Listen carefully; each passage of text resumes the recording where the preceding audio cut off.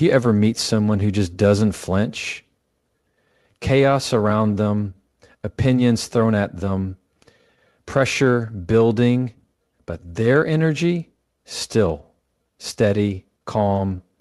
It's not arrogance. It's not detachment. It's power. The kind of power that comes when you stop allowing other people's noise to dictate your peace. That's what being unbothered looks like. And no, it's not something you're born with. It's something you train. And if you don't, life will train you to chase validation, panic over opinions, and break at the sound of rejection. So today, I want to teach you how to train yourself to be unbothered, because that version of you, the one who doesn't flinch, that's not a fantasy, that's a decision. There's a dangerous lie that floats around this conversation of emotional control. This idea that being unbothered means you no longer feel anything, that you just stop caring, that you become some kind of numb, unfeeling robot. And that's not just wrong, it's toxic. Being unbothered doesn't mean you don't feel. It means you've stopped letting those feelings drive the car. You feel the sting of disrespect, but you don't respond with chaos. You notice someone trying to push your buttons, but you don't hand them the remote. You hear the criticism, but you don't crumble under it. You still feel it, but instead of reacting impulsively, you respond intentionally. And that distinction is everything, because emotional control isn't suppression, it's strategy. It's recognizing that your power is in the pause. That split-second space between what happens and how you respond, that's where you reclaim your strength. Think about how often we hand our emotions to someone else, like they own them. Someone ghosts you, you spiral. Someone questions your worth, you beg them to see it. But here's the truth. No one can make you feel unworthy unless you let them. Your reactions reveal your training. And if you've never trained yourself to pause, to assess, to choose your response consciously, then you've trained yourself to be reactive. And reactive people are constantly at the mercy of others. So being unbothered is not some magic superpower. It's not about turning off your heart. It's about mastering your mind.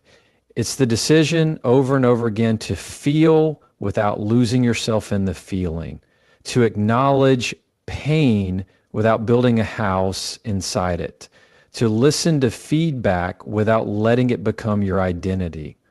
This is not about being cold. It's about being clear on who you are, on what you stand for, and on what gets to move you. Because the most unbothered people, they're not heartless.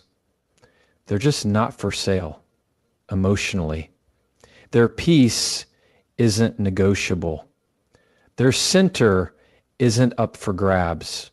And that's what you're building, not numbness, not apathy, but a rock-solid, self-led center that no storm can shake.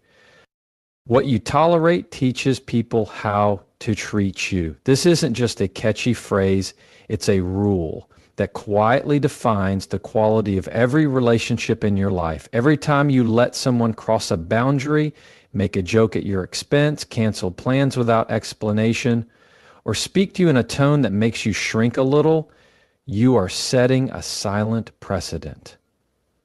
You're telling them what's okay, not through your words, but through your silence. People don't learn your worth by how much you love yourself in private. They learn it by what you allow in public. And when you fail to enforce your boundaries, you send the message that your peace is flexible, your self-respect is negotiable, and your standards are more like suggestions. You train the world on how to engage with you, and if you've trained them through tolerance, don't be surprised when disrespect becomes the norm. But here's the thing. Most people don't struggle with setting boundaries. They struggle with keeping them. They set them in a moment of strength, but when met with pressure, guilt, or the fear of being alone, they bend. And that bending becomes a habit. You excuse the bad behavior because you hope it's temporary. You stay quiet because you don't want to seem difficult. You say yes when your soul is screaming no. And that pattern over time erodes your peace. Suddenly you're living a life where you're constantly firefighting drama, fixing other people's messes, or over-explaining your value to people who should have seen it the first time. Being unbothered isn't just about ignoring noise. It's about never allowing the noise to enter your space in the first place. Boundaries are what keep your peace from becoming collateral damage. And yes, it can feel scary at first. You'll lose people when you start honoring yourself. Some will call you cold, others will say you've changed, but that's because your tolerance once served their comfort, not your dignity. When you raise your standards, the ones who benefited from your silence will be the loudest to protest. But that protest is not your problem. Your job is not to make everyone comfortable with your growth. Your job is to make your life a place where peace, respect, and emotional safety are the baseline, not the exception. So when someone treats you in a way that makes you question your worth, remember this: the first time is data, the second time is a decision. You are not powerless. You are not at the mercy of other people's moods, patterns, or emotional immaturity. You get to decide what energy is allowed near you. And that decision, when made consistently, is what turns you into someone who radiates composure, not because your life is perfect, but because you've chosen not to invite chaos into your front door. The most unbothered people aren't untouched by the world. They're just crystal clear on what they'll never again tolerate from it. Emotional resilience is a trained skill, not a personality trait. A lot of people walk around thinking that some individuals are just born tougher, born calmer, born more stable. That's the illusion. Emotional strength isn't in your DNA, it's in your daily habits. It's built, not gifted. You don't just wake up one day with thick skin and a balanced heart.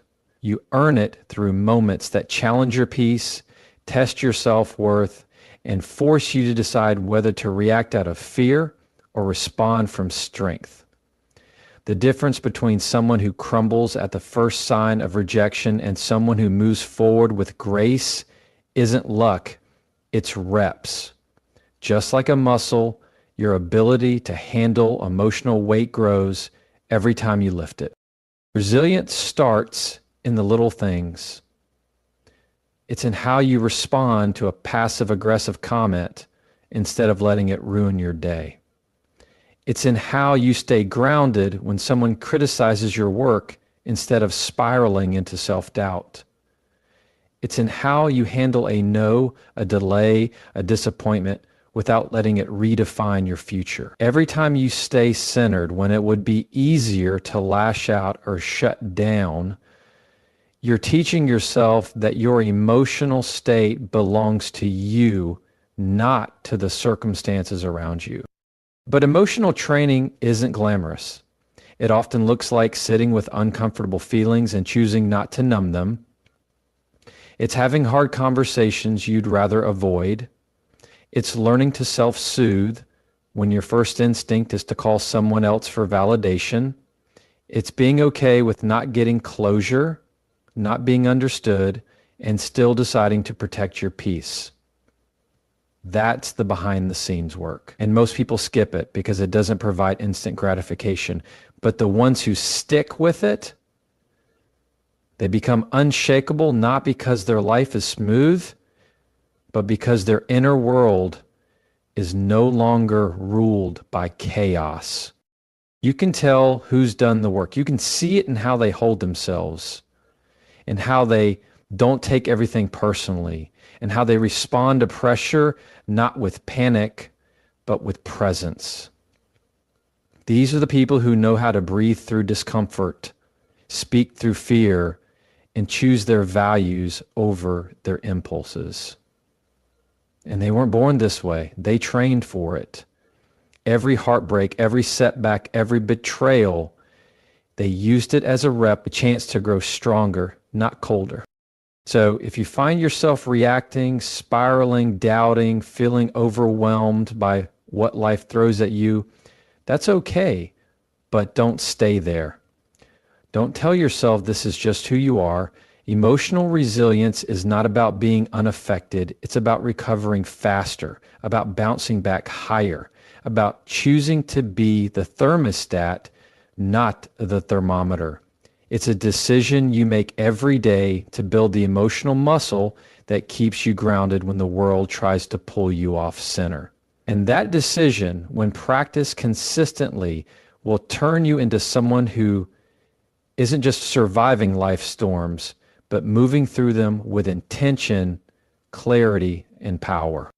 The need for validation is the gateway to losing your center. It's one of the most subtle but powerful ways we give our peace away, seeking permission to feel worthy, attractive, successful, or lovable based on how others see us. And at first it feels harmless. Someone compliments you and your confidence spikes. Someone criticizes you and your mood plummets. Slowly, without realizing it, your self-worth becomes a puppet and everyone else is holding the string. This is the trap of external validation. You're not just living your life, you're performing it, constantly scanning the room for approval, constantly adjusting yourself to fit into spaces you were never meant to belong in. When your self-esteem is built on how people respond to you, you'll never feel stable. You'll always be chasing the compliment, chasing the like, chasing the reply. And even when you get it, it won't satisfy you for long because it's not rooted in something real. It's rooted in a version of yourself that you feel you have to maintain in order to be accepted. And the moment someone doesn't mirror the response you want, you crumble. You question yourself. You wonder what you did wrong. That's the cost of needing validation. You outsource your sense of identity to people who may not even truly see you. Training yourself to be unbothered means returning your power back to yourself. It's about recognizing when you're fishing for validation and pausing to ask, what part of me feels unseen right now? What part of me is trying to prove something? Because the most grounded people you'll ever meet, they're not driven by applause. They're driven by alignment. They don't need you to agree with them for them to believe in what they're doing. They don't need a cheering section to walk confidently. They've built an internal compass so clear that even when the outside world goes quiet, they still know which direction to go. It's not that they don't like compliments or appreciation. They just don't depend on them. They're not chasing proof. They're living from truth. And that's a huge shift because once you stop seeking permission, you start experiencing freedom. You stop bending your personality to win people's favor. You stop watering yourself down to avoid judgment. You stop hustling for acceptance and start honoring your authenticity. To reach that level of inner security, you have to break the addiction to approval. That means doing the right thing even if no one claps.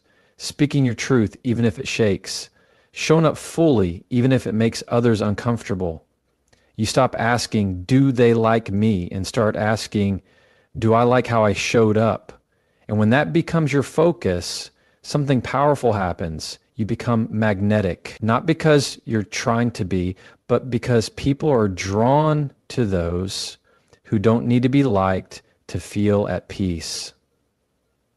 That's not arrogance. That's ownership. And it's the heartbeat of what it means to be truly unbothered. People's opinions are not your reality. That's easy to say when you're feeling confident, but what about those moments when someone misjudges you? When they label you unfairly, question your choices, or reduce you to one bad day? That's when the line between their perception and your truth starts to blur. You start doubting yourself. You start rehearsing their words in your head like a script you never asked for. And that's how it begins, giving their voice more power than your own. But here's the truth. No one sees the full story of you. They see fragments, moments, snapshots, and they build an opinion based on what little they know. But that opinion, it's not the final word. It's not a mirror. It's a projection. And if you internalize every projection, you'll lose touch with your core. The problem isn't that people have opinions. They always will. The problem is when you treat those opinions like facts, when you start editing yourself just to fit into their narrative, when you shrink your light to avoid being misunderstood, when you silence your voice because someone once called it too much.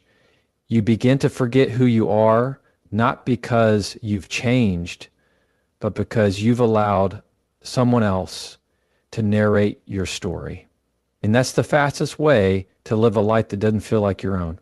Training yourself to be unbothered is about reclaiming the authorship of your identity. You don't argue with every criticism. You don't defend yourself to every skeptic. You don't fight to be seen by people who are committed to misunderstanding you. Instead, you ground yourself in what you know. You build such a strong sense of self that other people's commentary feels like background noise, there, but not directing your actions. It's not about being indifferent. It's about choosing discernment.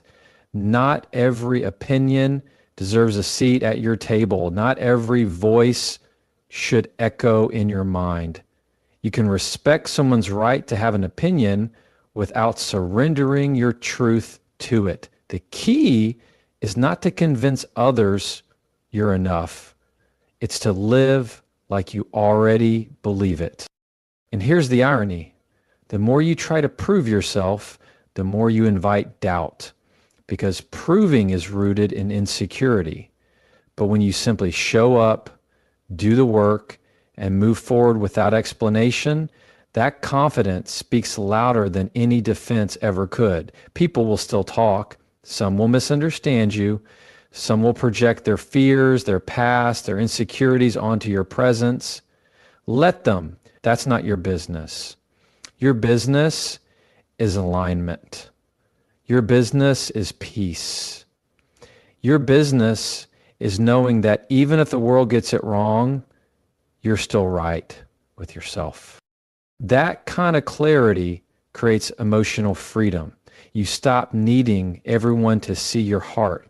You stop breaking apart every time someone throws shade. You realize that your worth isn't a debate, it's a knowing. And when you really lock into that knowing, other people's opinions lose their power, not because they disappear, but because they no longer matter. Silence and composure are louder than over-explaining. In a world that rewards instant reactions and noisy validation, we've forgotten the power of restraint. The pressure to explain yourself, to justify every boundary, to respond to every slight can become exhausting. But here's the truth. The most powerful people in the room aren't the loudest. They're the ones who don't feel the need to convince you. Their calm doesn't come from passivity. It comes from certainty. They don't rush to defend themselves because they're not building their identity on your approval. They don't argue every point because they know silence doesn't mean weakness.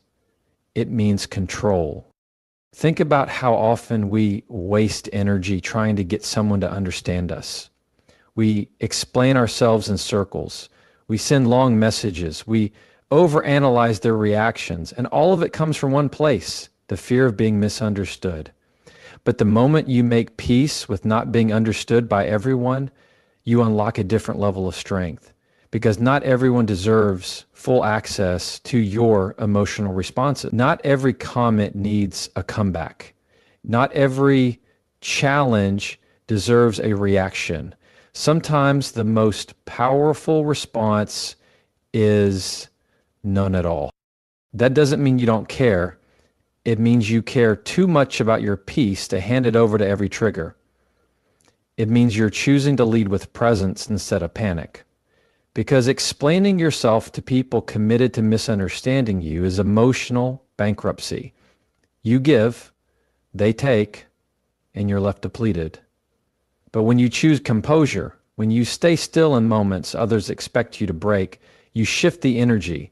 You stop being predictable. You stop being manipulated. You stop being a puppet to someone else's mood. People who haven't trained their composure will often view calm as passivity. They'll think you're avoiding, but what you're really doing is conserving, protecting your space, choosing your battles, and making the subtle statement that your worth doesn't need translation. That's the essence of being unbothered, not because you don't feel, but because you've learned to channel those feelings in ways that don't cost you your dignity. When you're grounded, silence becomes a shield. It's not cold.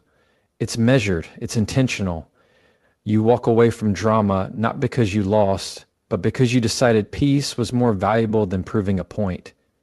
You let the noise pass through you without absorbing it. And in that stillness, people feel something stronger than any argument you could have made. Presence.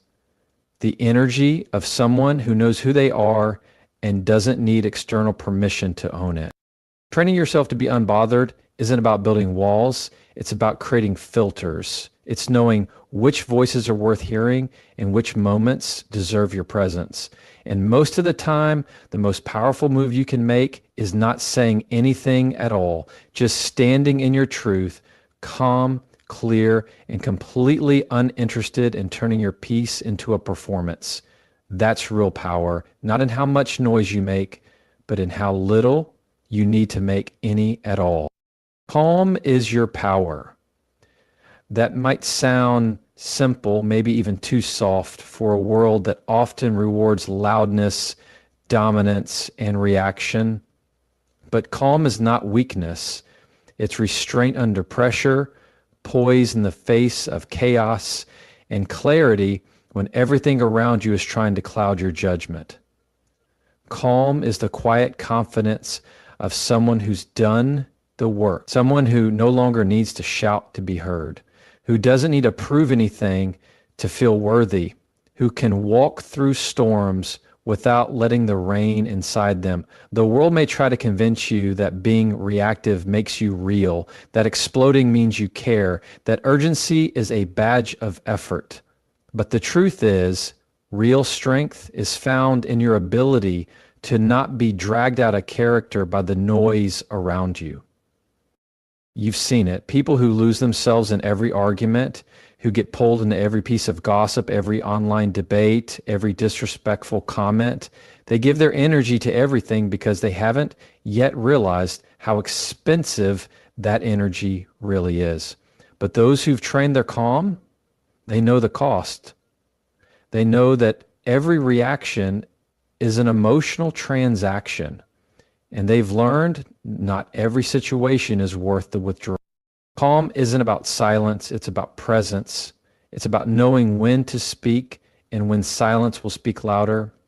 It's about walking away from the fight, not because you're scared, but because you've already won by not lowering your frequency. When you operate from calm, you become immune to the bait.